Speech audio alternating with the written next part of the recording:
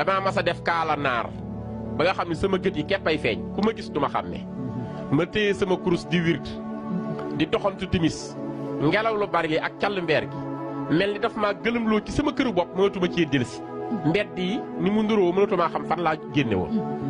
mu ni nag mu ni du ma topp njort comme ku siiw laa ndax doomi sëñ Tuubaa laa naa laajte xëy na dina am ko xam sama kër teg calaat ma yoon wi nee na ma dugg ci génn kër rek fekk góor gu tëdd ci piliyaanam ndeke man képp la gëm te gisul sama kanam ndax dama muuru ba gët yi képp ay feeñ nee na ma ni assalaamu aleykum góor gi ni wa aleykum salaam ma ne ko damay laaj kër Saaliwu Mbàkke fan la rek ñee góor gi ni ko yow yabaate woo kooku ngay sàllalu sëñ Saaliwu way nettali nee na mu jóg rek daal may poñe